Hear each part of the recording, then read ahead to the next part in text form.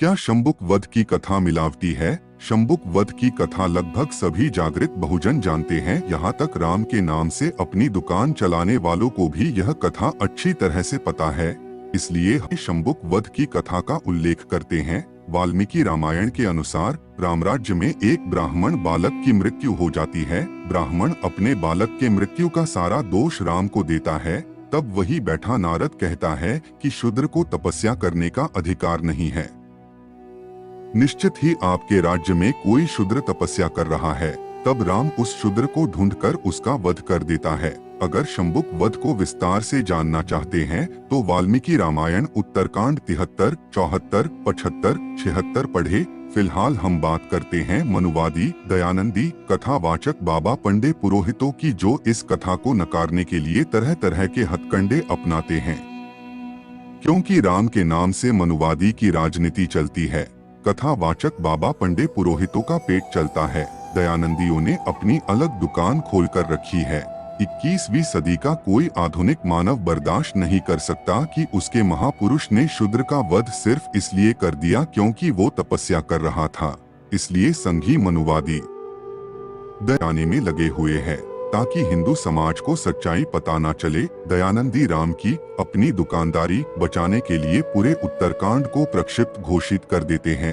दयानंदी पंडा विद्यानंद सरस्वती अपने एक लेख में कहता है, राम पर यह मिथ्या आप महर्षि वाल्मीकि ने नहीं, उत्तरकांड की रचना करके वाल्मीकि रामायण में उसका प्रक्षेप करने वाले ने लगाया है। समीक्षा, ये प्रक्षेप किसने और किस कालखंड में किया? जब ये प्रक्षेप हो रहा था तब क्या एक भी राम भक्त नहीं था भारत में जो इस प्रक्षेप का विरोध करे? जाहिर सी बात है कि 21वीं सदी में बहुजन जागृत होने कारण आपको हर विवादित बात प्रक्षेप लगती है। एक और दयानंदी आर्य पंडा ने तो झूठ की हद ही पार कर दी। इसके अनुसार उत्तरकांड की मिलावट पिछले 150 से 200 साल में ही हुई है। भला इतना बड़ा झूठ बोलते हुए इसको तनिक भी लज्जा नहीं आती? असल में उत्तरकांड की बहुत सारी घटनाओं का उल्लेख अन्य प्राचीन ग्रंथों में भी है, जैसे कि अभिषेक नाटक, प्रतिमा नाटक, रघुवंश महाकाव्य, जैन रामायण इत्यादि। तो क्या इन सब ग्रंथों में भी पिछले 100 सालों में मिलावट हुई है? शूद्रों का प्राचीन इतिहास पुस्तक में रामशरण शर्मा लिखते हैं, कालिदास ने रामायण में किए गए शूद्र तपस्वी के निधन को दोहराया है।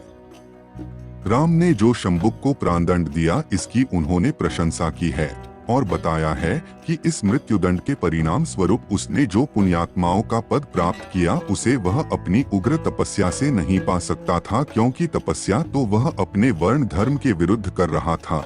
शूद्रों का प्राचीन इतिहास पृष्ठ 251। कोई ये ना कहे कि कम्युनिस्ट इतिहासकार ने हिंदुओं बदनाम करने के लिए गलत जानकारी दी है, इसलिए हमने कालिदास के मूल रघुवंश महाकाव्य का संदर्भ भी जोड़ा है। रघुवंश के अनुसार भी ब्राह्मण के कहने पर राम ने तपस्या कर रहे शूद्र शंबुक का वध किया था। संदर्भ कालिदास प्रणीत रघुवंश महाकाव्य।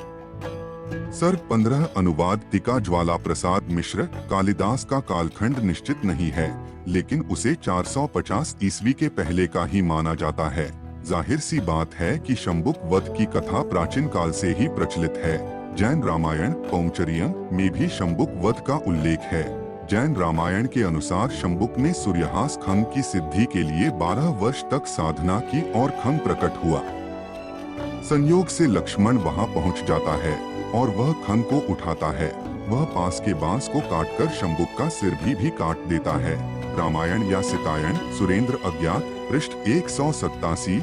जैन रामायणात और वाल्मीकि रामायण में शंबुक वध पर बस इतना ही अंतर है कि जैन रामायण के अनुसार शंबुक का वध लक्ष्मण ने किया था। जैन रामायण वाल्मीकि रामायण के कालखंड के आसपास की ही रचना है। इससे ये साबित होता है कि वाल्मीकि रामायण शंबुक वध की कथा मिलावटी नहीं है, बल्कि मूल वाल्मीकि रामायण की ही कथा है। पद्म पुराण के सृष्टि खंड में भी शंबुक वध की कथा विस्तार से आई है और वहाँ भी यही लिखा है कि शूद्र शंबुक के तपस्या के कारण ब्राह्मण बालक की मृत्यु हो जाती है, इसलिए राम उस शूद्र का वध कर देते हैं। पढ़े संपूर्ण कथा। पद्म पुराण सृष्टि खंड पृष्ठ 114, 115, 116। कथावाचक बाबा पंडे पुरोहितों को दयानंदियों की तरह धूर्तता करनी नहीं आती और न ही वो उत्तरकांड को प्रक्षिप्त मानते हैं। कथावाचक बाबा पंडे पुरोहित राम की बचाने के लिए शंबुक के चरित्र पर ही सवाल खड़ा कर देते हैं। कोई कहता है कि वो पाखंडी था, कोई कहता है कि वो स्वर्ग लोकन की स्त्रियों को भोगना चाहता था इत्यादि।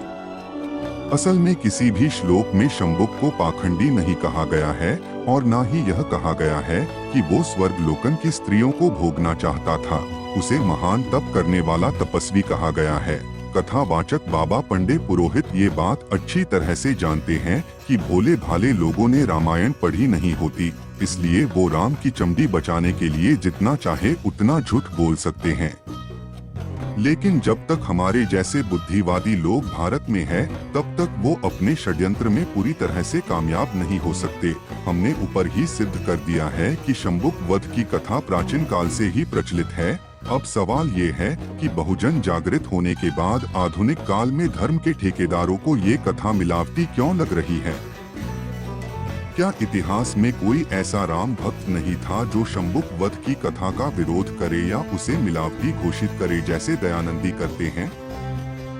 जब आपके ग्रंथों में मिलावट हो रही थी, तब आपके पूर्वज क्या कर रहे थे? जाहिर सी बात, इस कथा को प्राचीन काल से अब तक किसी ने प्रक्षिप्त नहीं माना है। उत्तरकांड को मिलावटी मानने पर धार्मिक लोगों को एक विरोधाभास का सामना करना पड़ेगा, क्योंकि धार्मिक लोग देश में रामराज्य लाना चाहते हैं। ध्यान रहे, बालकांड में दशरथ का शासन है, बाकी कांड में 14 साल का वनवास और राम रावण के युद्ध का वर्णन है। जब रावण वध के बाद राम अयोध्या लौटते हैं, तब उनका शासन शुरू होता और उनके शासनकाल का उल्लेख उत्तरकांड में है। अब अगर उत्तरकांड को ही नकार दिया तो रामराज्य संकल्पना भी नकारनी होगी। रामराज्य संकल्पना का इतना प्रसिद्ध होना इस बात का प्रमाण है कि उत्तरकांड को कभी किसी ने प्रक्षिप्त नहीं माना है। असल में राम ने शूद्र शंबुकी की जो हत्या की थी वो बिल्कुल धर्मानुकूल है, क्योंकि वर्ण व्यवस्था के अनुसार शूद्र को केवल ऊपर के 3 वर्णों की सेवा करनी चाहिए। ब्राह्मणों को भी इस कथा की रचना करके हिंदू राजाओं को यही शिक्षा देनी थी कि जो शूद्र अपने सेवा धर्म को भूलता है उसे मृत्युदंड देना चाहिए। यही आदर्श राजा का लक्षण है। बहुत सारे धार्मिक लोग बुद्धिवादी लोगों पर आक्षेप करते हैं कि आप रामायण और राम को काल्पनिक मानते हो तो शंबुक वध का विरोध क्यों करते हो? इसका जवाब ये है कि जब 90 की फिल्में बनती थी तब उसमें काफी हत्या, लूटपाट, बलात्कार, गुंडागर्दी, भ्रष्टाचार की घटनाएं दिखाई जाती थी। तो क्या हम कह सकते हैं कि फिल्म काल्पनिक है? इसका मतलब ऐसी घटनाएं 90 में होती ही नहीं थी। फिल्मिक था। गीत, कविता, नाटक, धर्मग्रंथ, ये सब तात्कालिक समाज के आईने होते हैं। भले ही उसमें पात्र काल्पनिक हो, लेकिन लिखने वाले ने आसपास के घटनाओं को देखकर ही रचना की होती है। शंबुक वध की कथा जिस कालखंड में लिखी गई थी तब शूद्रों की स्थिति कितनी दयनीय रही होगी और क्षत्रिय राजा किस तरह से ब्राह्मणवाद के गुलाम बन गए थे, इसकी जानकारी हमें मिलती है। दूसरी बात यह है कि भोले भाले हिंदू राम को काल्पनिक नहीं मानते, जिसमें 85% SC OBC है। ऐसे भोले भाले हिंदुओं को मूर्ख बनाकर ही संघी मनुवादी, दयानंदी, कथावाचक बाबा पंडे पुरोहित इनकी दुकानें चल रही है। अगर हम राम का वास्तविक चरित्र बताकर 85% SC OBC को जागृत कर रहे हैं तो इसमें गलत क्या है? जिस दिन 85% SC OBC को राम का असली चरित्र पता चल जाएगा, उस दिन संघी मनुवादी, दयानंदी, कथावाचक बाबा पंडे पुरोहित सबकी दुकानें बंद हो जाएगी। ऐसा ना हो इसलिए धर्म के ठेकेदार राम की बचाने के लिए तरह तरह के हथकंडे अपनाते हैं।